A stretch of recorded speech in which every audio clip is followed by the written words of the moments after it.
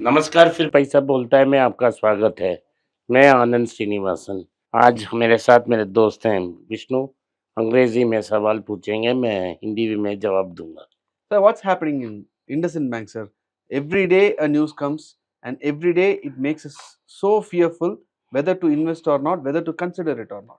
जब आपको पैसा बनना है तो ऐसी समय में ही मार्केट में आपको इन स्टॉक को कंसिडर करना पड़ेगा। लेकिन बड़े पैसा मत लगाना, छोटे-छोटे लेवल में खरीदते रहना। जैसा मार्केट नीचे आएगा और खरीदना, ना कि अगर ट्रेंड रिवर्स हो रहा है तब भी आप पैसा डाल सकते हो। इंडसइंड बैंक में फंडामेंटली इश्यू नहीं है। फंडामेंटल इश्यू का मतलब ये है कि उसने किसी को बड़ा कॉर्पोरेट को कर्ज दे दिया और वो कॉर्पोरेट भाग गए, तो वो नहीं है। बैड डेट्स का प्रॉब्लम नहीं है, सिर्फ 2.5% ऑफ बुक बैड है। इसमें उन्होंने 70% का प्रोविजन भी दे दिया। तो प्रॉब्लम क्या है? प्रॉब्लम ने येन कैरी ट्रेड उन्होंने किया। येन में बोरो कर ऑनवर्ड रुपी में लेंड किया। जो हेज करना था उन्होंने इंटरनली हेज कर दिया। इंटरनल हेजिंग प्रोसेस वो स्वैप में करते थे, और जो एक्सटर्नल हेज उन्होंने किया उन्होंने मार्क टू मार्केट किया। अगर आपने फुल लोन को कोर्स पे रन किया तो दोनों मैच हो जाएगा, आपका नुकसान नहीं होगा। लेकिन अगर आपने लोन को प्री क्लोज किया तो एक में नुकसान होगा, एक में प्रॉफिट होगा। तो वो जो एरर क्रीप हुआ वही 1800 करोड़ का नुकसान हो गया लगभग। ये 1 या 2 दिन का नुकसान नहीं है, ये 7 साल का नुकसान है। ये उन्होंने क्लैरिफाई कर दी कि उन्होंने 1000 करोड़ का प्रोविजन ऑलरेडी कर बैठे हैं, और इस क्वार्टर में भी वो प्रॉफिट कमाएंगे। माइनर प्रॉफिट, साल का भी प्रॉफिट होगा। सो इसमें कोई कंसर्न नहीं है। लेकिन मार्केट ने इसको इतना पीटा कि वो बुक वैल्यू से कम हो गया। और ये भी सच है कि मैनेजमेंट ने कुछ स्टॉक बेचा। लेकिन बैंक में मैनेजमेंट अलग होती है, प्रमोटर अलग होता है। और मैनेजमेंट को प्रमोटर सजेस्ट करेगा, लेकिन आरबीआई ही अपॉइंट करेगा। सो पिछले 2 साल से प्रमोटर्स और आरबीआई के बीच में खींचतान है कि सुमंत कत्तालिया को बाहर निकालो, लेकिन मैनेजमेंट ने नहीं की। तो कल रॉयटर्स में एक रिपोर्ट आया कि 2-3 महीने में इंडसइंड का मैनेजमेंट बदल जाएगा। No, my question is, why is that confusion? Why are they confusing the investors? There is no confusion, उन्होंने सीधा बोल दिया। इन्वेस्टर डरे हुए हैं। उन्होंने सीधा बोल दिया कि अकाउंटिंग एरर है, 1800 करोड़ है, प्रॉफिट होगा और नेट प्रॉफिट ही होगा, और there is a error. Error को इंडिपेंडेंटली ऑडिट करेंगे।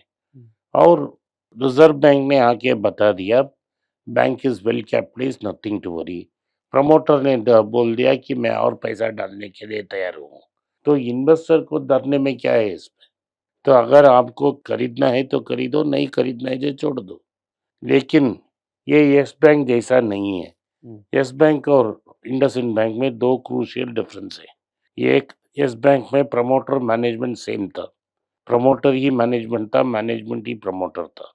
2, यस बैंक ने जिन जिन कॉर्पोरेट ट्रबल में है और उसको कोई लोन नहीं देना चाहता था, उनको उन्होंने लोन दी।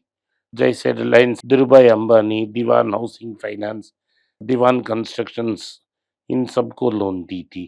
तो लोन बैड हो गया, तो बैंक डूब गया। 2 प्रमोटर्स थे, दोनों ने 2 सिस्टर्स को शादी की, उनके बीच में भी लड़ाई हो गई। तो प्रमोटर के बीच में लड़ाई थी, प्रमोटर ही मैनेजमेंट था, और लोन डिफ़ॉल्ट भी होना शुरू कर दी। इधर लोन डिफ़ॉल्ट अभी तक नहीं है, और ये वेल डाइवर्सिफाइड पोर्टफोलियो है। उनका व्हीकल फाइनेंस है, क्रेडिट कार्ड है और माइक्रो फाइनेंस है। And all those are in pressure, right? उन्होंने बोला है कि माइक्रो फाइनेंस में सिर्फ कर्नाटका में प्रेशर है, बाकी जगह में उन्होंने ठीक किया है। लेकिन मैं ये बता रहा हूँ कि एक सेगमेंट सिंक होने से उनका कोई प्रॉब्लम नहीं आने वाला है। और उन्होंने ये एक बड़ा कॉर्पोरेट के लिए अपना 10% 15% नहीं दिया है, और प्रमोटर के पास पैसा है। अभी प्रमोटर ने 9000 करोड़ रिलायंस कैपिटल को टर्न अराउंड करने के लिए दिया है। और आपको पता होगा कि रिलायंस कैपिटल को यस बैंक ने बहुत पैसा दी थी। सो ये प्रॉब्लम ये है कि बैंक के पास कैपिटल है कि नहीं है? हाँ, बैंक के पास कैपिटल है। क्या मैनेजमेंट में प्रॉब्लम है? Yes, RBI are happy with management. Promoter acknowledge कर रहा है, प्रमोटर बोल रहा है मैंने मैनेजमेंट को बैक की, लेकिन आरबीआई का कॉल है। अगर आरबीआई को मैनेजमेंट को बदलना चाहती है तो हम बदलने के लिए तैयार हैं, बोर्ड डिसीजन लेगी। इससे आपको क्या क्लैरिटी चाहिए? तो गिर गया है, 2-3 साल रहेगा इन्वेस्टर ट्रस्ट को वापस पाने में। तो ये एक डिपॉजिट्स बाहर जा रही हैं, तो इसे काउंटर करने के लिए उन्होंने 11,000 करोड़ 10,000 करोड़ का सर्टिफिकेट ऑफ डिपॉजिट उन्होंने पकड़ के लाया, which is at higher cost. So उनके पास डिपॉजिट्स हैं, लिक्विडिटी है, प्रमोटर के पास पैसा है, मैनेजमेंट को बाहर निकला जाएगा, एक इंडिपेंडेंट फर्म को अपॉइंट करेंगे जो इस रिजल्ट की एंड तक आपको बोल देगा क्या प्रॉब्लम्स है। Okay, so the markets have started going up. Did we miss the bus? हम खरीद रहे थे, मैं रूफटॉप में चिल्ला चिल्ला कर बोल रहा था चाय पानी की रेंज में खरीदो। अभी भी मैं बोल रहा हूँ ये रिकवरी नहीं है, ये एक बेयर मार्केट रैली है। इसमें फंडामेंटल्स में कोई शिफ्ट नहीं है, टैरिफ आ रहे हैं, ट्रम्प कुछ भी कर सकता है, अमेरिकन मार्केट्स भी वीक हैं, तो ये वीकनेस इधर आने में बहुत दिन नहीं लग सकता है। अभी ये ईयर एंड हो रहा है, ईयर एंड का मैनेजमेंट हो रहा है, उसके बाद जब मार्केट वेकअप करेगा तब आपको रिजल्ट मिलेगा। तो अगर आपका एक्सपोर्ट्स ग्रो हो रहा था तो मैं समझूंगा कोई प्रॉब्लम नहीं है। आपका एक्सपोर्ट्स भी गिरा, आपका इंपोर्ट्स भी गिरा। एक्सपोर्ट्स गिरा तो आप इंडिया कॉम्पिटिटिव नहीं है, इंपोर्ट्स गिर रहा है तो इंपोर्ट आप कैपिटल इक्विपमेंट इंपोर्ट नहीं कर रहे हो, ओवरऑल इकोनॉमी धीमी हो रही है, कोई ग्रीन शूट्स विजिबल नहीं है। आपका बिगेस्ट एम्प्लॉयर आईटी इंडस्ट्री है, तो एक्सेंचर ने रिजल्ट्स में बताया है कि फेडरल कॉन्ट्रैक्ट कैंसिल हो रहे हैं, वो बिग थ्री को अफेक्ट करेगा। और अभी कॉग्निजेंट ने बेल्चन नाम का एक कंपनी को खरीदा 1.2 बिलियन डॉलर्स का। उस कंपनी का 40% रेवेन्यू तो फेडरल कॉन्ट्रैक्ट से आ रहा है, वो अफेक्ट हो जाएगा, तो इंडिया में एम्प्लॉयमेंट नहीं मिलने वाला है। जज के घर से 50 करोड़ बरामद हुई है, तो किधर चेंज है, किधर पॉजिटिव न्यूज़ है? तो मार्केट ऊपर जा रहा है कि मतलब नहीं है, सब कुछ ठीक है। Can we expect we'll ये get a chance? फिर से करेक्शन आएगा।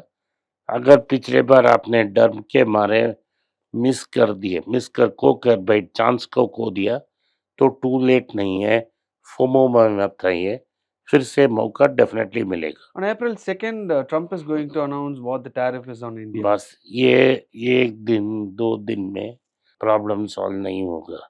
सेकेंड तारीख को ही बोलेगा कि मैंने left hand side of the bed पे उठ गया तो मैं सेकेंड तक नहीं करूँगा। सो अभी तक जो भी वो कर रहा है क्रेजी कर रहा है। तो ये समझना कि भारत में सब कुछ ठीक हो गया, एक्सपोर्ट्स हो रहा है, नहीं हो रहा है। लोगों को क्या चाहिए? नौकरी चाहिए। लोगों को नौकरी मिल रहा है, नहीं मिल रहा है। जेपी मॉर्गन ने इंडिया में नहीं ग्लोबली 2000 पीपल को नौकरी से जाने दिया।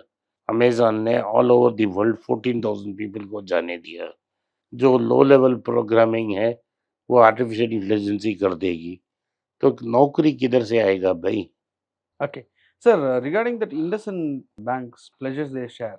Say, for example, Kalyan has pledged their share and IndusInd Bank also has pledged their share and they bought this RCap, Reliance Capital. What difference do you see in pledging these two companies? कल्याण रामन का एक ही business है, वो है jewellery business, और side में उनका business ये है कि वो एयरक्राफ्ट लीज करते हैं। कल्याण रामन ने प्लेज कर कर फिर से कल्याण ज्वेलर्स स्टॉक खरीदा है। हिंदुजास ने प्लेज कर कर दूसरा बिजनेस खरीदा है जहां से फ्रेश कैश फ्लो उसको मिलेगा। स्पेशली उन्होंने जनरल इंश्योरेंस को खरीदा है जहां से उनको कैश फ्लो मिलेगा। हिंदुजा के पास एक स्विट्जरलैंड का बैंक है, अनेक ग्लोबल बिजनेसेस हैं, उनके पास कैश फ्लो बेहतर है। अशोक लेलैंड की ओनर है, हिंदुजा फाइनेंस का ओनर है, तो 5,000 करोड़ 10,000 करोड़ रेज करना उनके लिए प्रॉब्लम नहीं है।